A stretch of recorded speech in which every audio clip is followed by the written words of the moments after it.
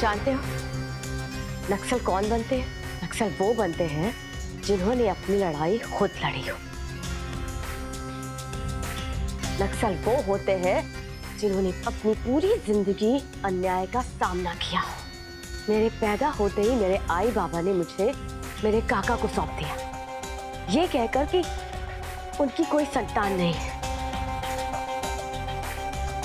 माधुरी पूरी जिंदगी आई बाबा के साथ ऐशो आराम की जिंदगी जीती रही और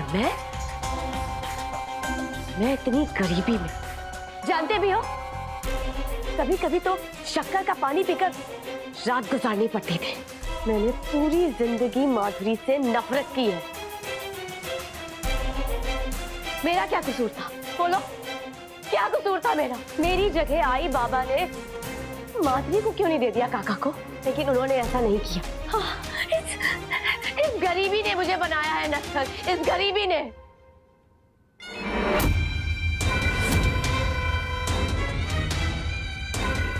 जिस दिन मुझे ये पता चला कि माधुरी की मौत हो गई है, उसी दिन से मैंने कल्याणी की जिंदगी में माधुरी बनकर आने की प्लानिंग शुरू कर दी थी।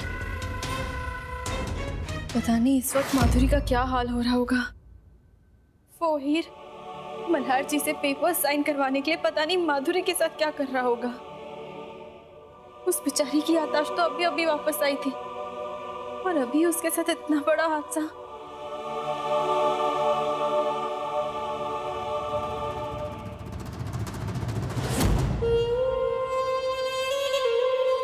और तुम्हारे भाई के हालात भी तो मेरी तरह हैं। तुम्हारे भाई का क्या कसूर था? बेचारे ने सिर्फ एक खून ही तो किया था।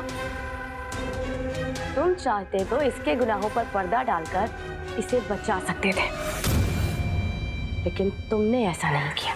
जब अहीर घर से भागा ना, तब वो बदले की आग में चल रहा था और इसी बात का फायदा उठाकर मैंने तुम्हारे भाई के गुस्से को हथियार बनाकर इसे तुम्हारे खिलाफ खड़ा कर दिया। चाहती क्या हो तुम? ज्यादा कुछ नहीं, मेरे सिर्फ दो ही मकसद है।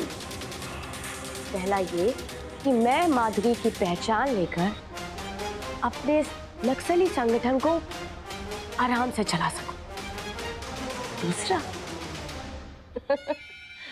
दूसरा वक्त आने पर तुम्हें खुद ब खुद पता चल जाएगा।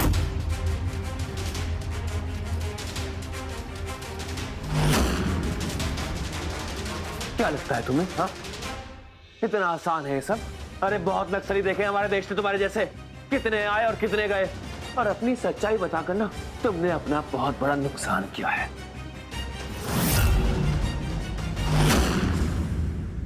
क्या कर लोगे तुम? क्या कर लोगे? अगले 2 दिनों में तुम्हारा नामो निशान मिट जाएगा। अगले 2 दिनों में कल्याणी किसी और की हो जाएगी। और वो बेचारी तो ये जानती ही नहीं है कि हमने जो उससे वादा किया है ना, वो तो हम कभी पूरा ही नहीं करेंगे। क्योंकि तुम्हारे घर तुम नहीं, तुम्हारी लाश जाएगी।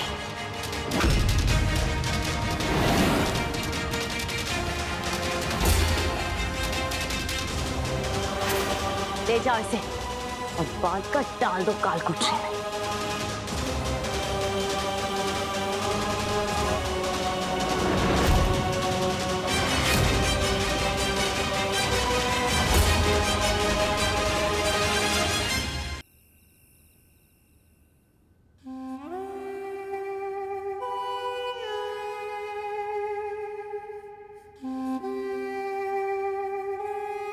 माधुरी, तू ठीक है ना माधुरी?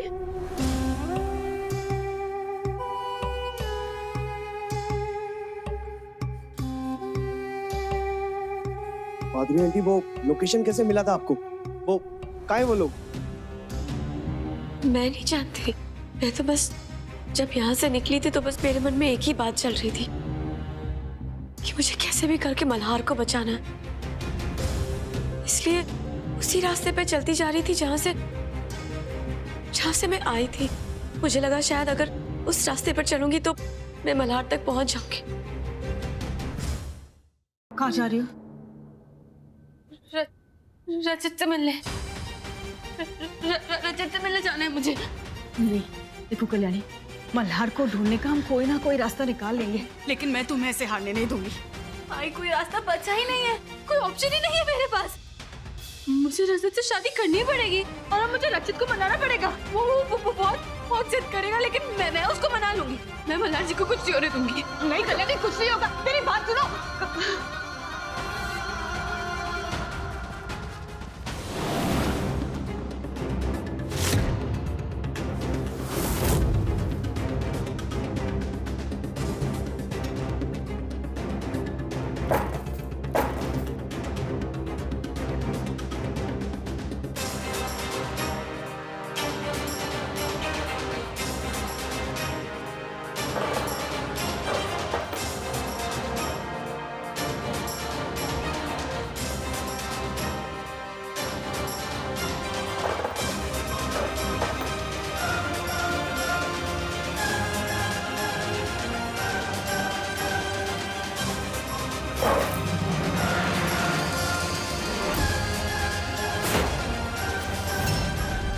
देख देशमुख, मुझसे जितना हो सकता था मैंने किया, लेकिन ये शादी वाला नॉनसेंस मुझसे नहीं होगा, प्लीज। रजत, और कोई ऑप्शन नहीं है हमारे पास।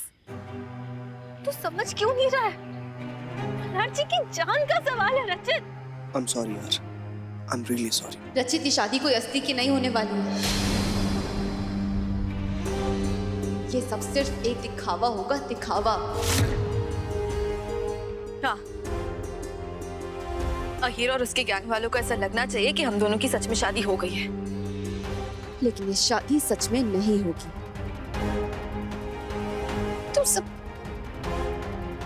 तू ये देख, देख, पढ़ इसके अंदर क्या लिखा है।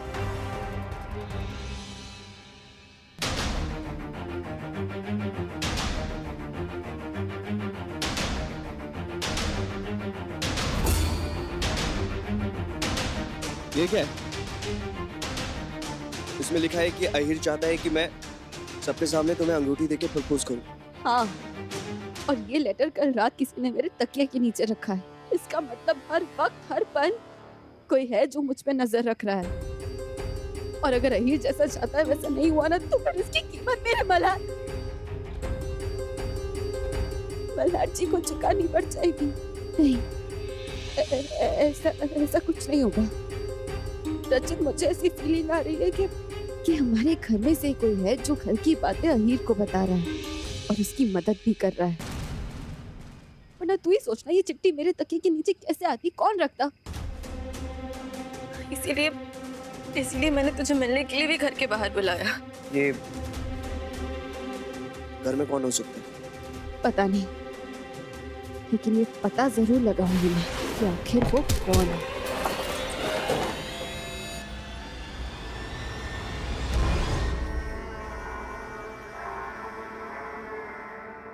लगा रहे प्रोजेक्टर।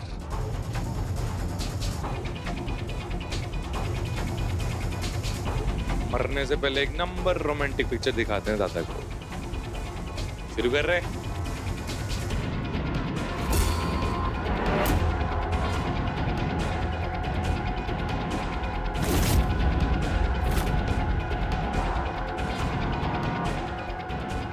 सॉरी मल्हार जी, अहीर को यकीन दिलाने के लिए कि मैं सच में रचित से शादी कर रही हूँ, मुझे नाटक करना पड़ा। लेकिन मैं आपसे वादा करती हूँ मल्हार जी, जो कोई भी घर में रह के अहीर की मदद कर रहा है ना, उसे मैं आज रात होने से पहले ढूंढ निकालूंगी।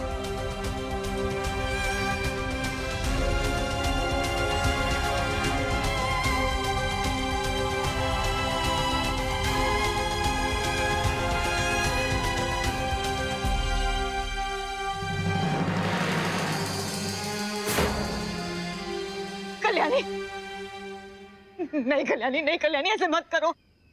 देखो कल्याणी, एक बार तुमने रचित से शादी कर ली ना, तो फिर मल्हार के साथ का रिश्ता हमेशा के लिए टूट जाएगा। ऐसे मत करो कल्याणी, मेरी बात मान लो, ऐसे मत करो। अनुप्रिया, समझने की कोशिश करिए। ये देखिए ना, अहीर ने चिट्ठी दी है और इसमें साफ साफ लिखा है कि अगर कल्याणी ने रचित से शादी नहीं करी तो वो मल्हार को कुछ भी कर सकता है।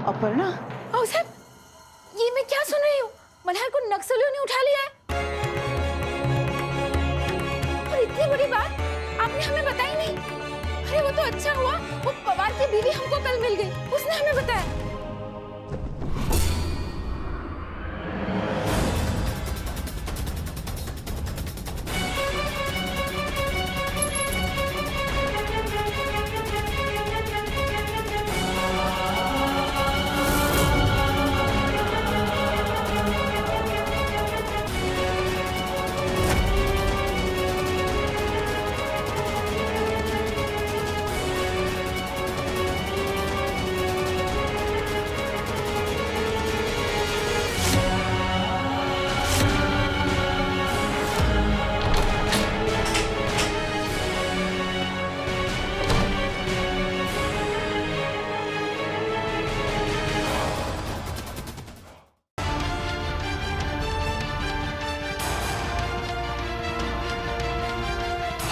ये तो मेरे पास और कोई रास्ता नहीं था।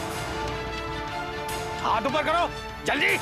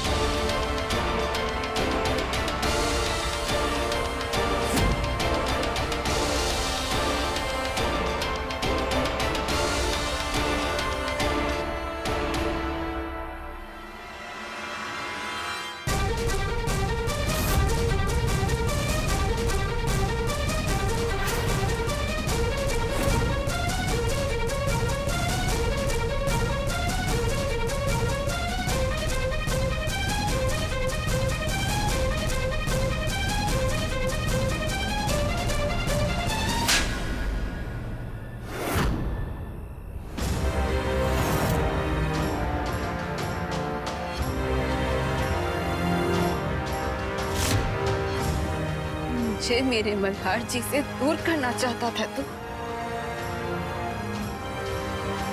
इतनी ताकत है भी क्या तेरे अंदर? एक बात ना हमेशा याद रखना हीर, दुनिया की ऐसी कोई ताकत ही नहीं है जो कल्याणी को उसके मल्हार जी से दूर कर पाए। There is no Kalyani without Malhar. बहुत टॉर्चर किया ना तूने मेरे मल्हार जी को, बहुत मारा ना उन्हें।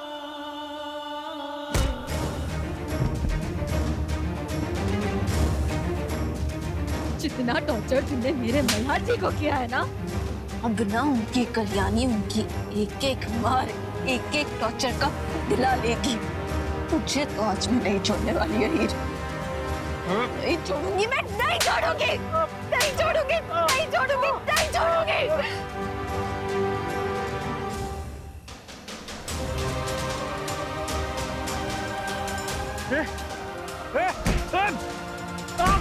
आज तो नहीं बचेगा।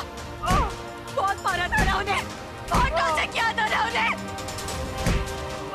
एक एक मार का बदला लूंगी मैं।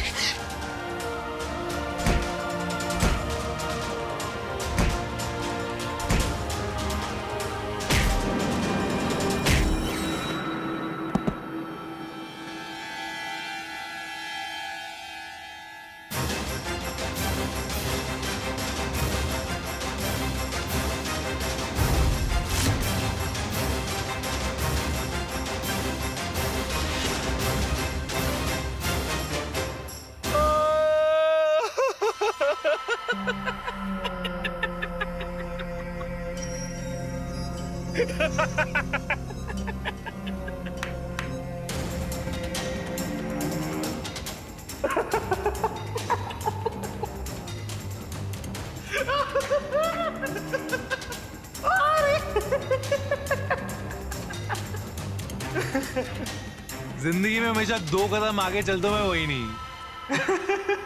इससे मार रही थी मेरे को। ये तुम्हारी बहुत बड़ी गलती है वही नहीं कि तुम अपने ही घर पे आए हुए मेहमानों को पहचान नहीं पाई। अरे जब मेरे को आई ने फोन पे बताया ना कि वो मेरी बताई हुई जगह पर आ नहीं सकती हैं, अब भी इसमें समझ गया था कुछ तो गड़बड़ है। उनकी हिचकिचाहट से मैं यूं समझ गया, वही नहीं यूं। कसम से मेरे को बहुत मजा आ रहा है यार। और अभी शुरू होता है होस्टेज ड्रामा। इस देशमुख बाड़े में जितने भी लोग हैं वो सब हमारे बंदी हैं और पुलिस को कुछ भी नहीं पता लगेगा। ये तीनों पुलिस वालों को अंदर लेके चलो रे।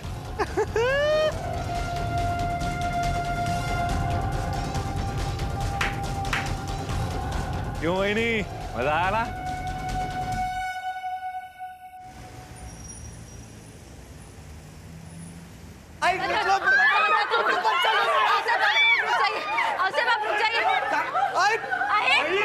मैं तुम्हें छोड़ूंगा नहीं।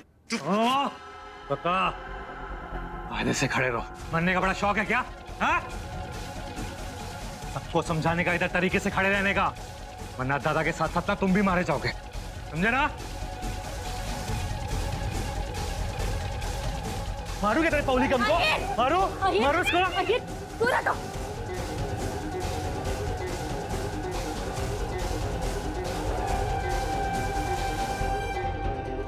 ओ साहब, बड़ा शौक है ना पूर्ण विराम बोलने का? पूर्ण विराम, पूर्ण विराम, पूर्ण विराम। अभी बोलो ना, बोलो ना, बोलो ना।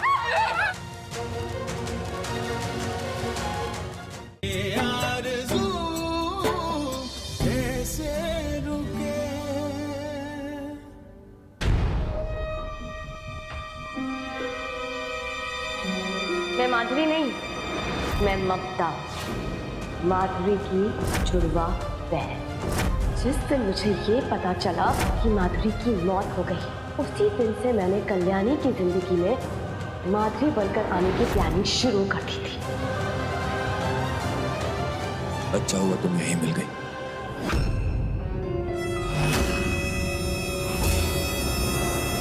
कल्याणी जो तुम्हारी आई है ना,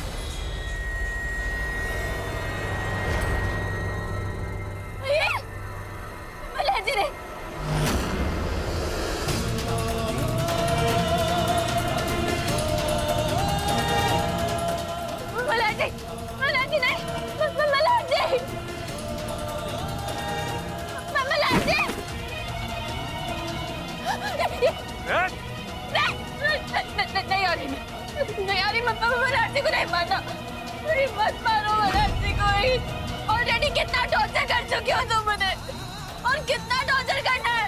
अरे इंसान हो कि तुम जानवर हो?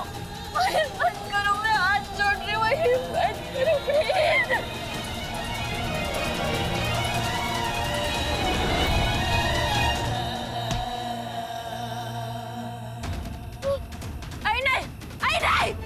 आई देखो, तुम जैसा कहोगे मैं वैसा कर रही हूँ ना। तो क्यों मलार्जी को टॉर्चर कर रहे हो तुम? अहिर, अहिर, अहिर, गाली कर जा रहे हो मलार्जी को। अहिर रुक जाओ, अहिर।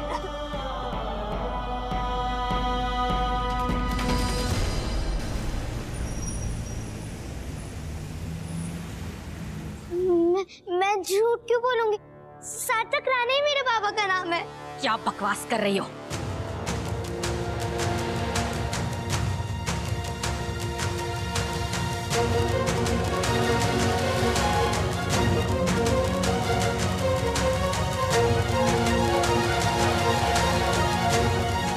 बाबा,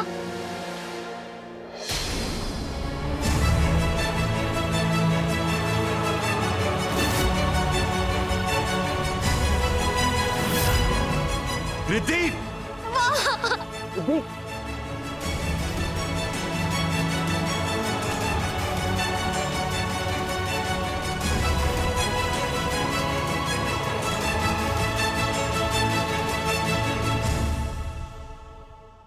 बाबा, बाबा ये लोग कौन है? और इन लोगों ने आपको ऐसे पकड़ के क्यों रखा है बाबा? भाऊजी, कौन है ये लड़की और ये आपको बाबा क्यों बुला रही है?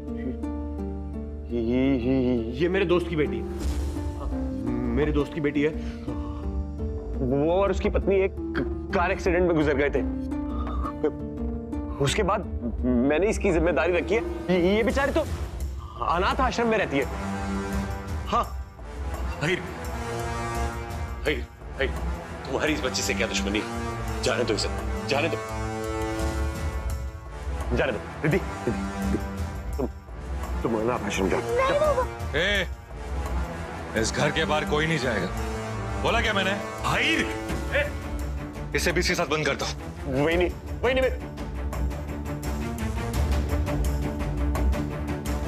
चला।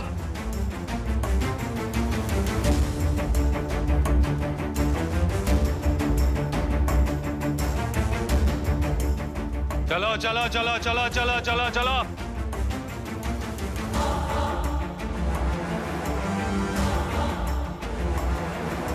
तुम यहाँ क्यों आए बेटा?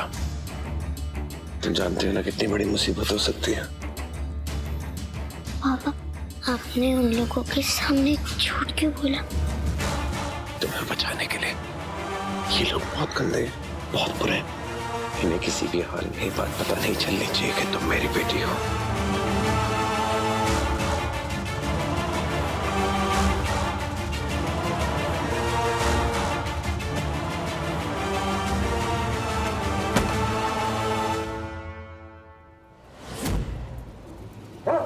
चल तो रहा हूं।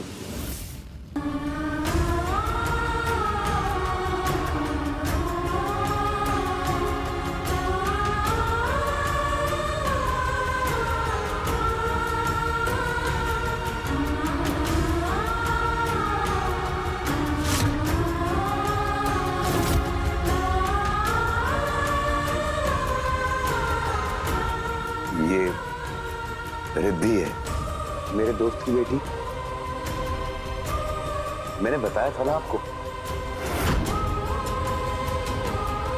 बेचारी अनाथ आश्रम में रहती है।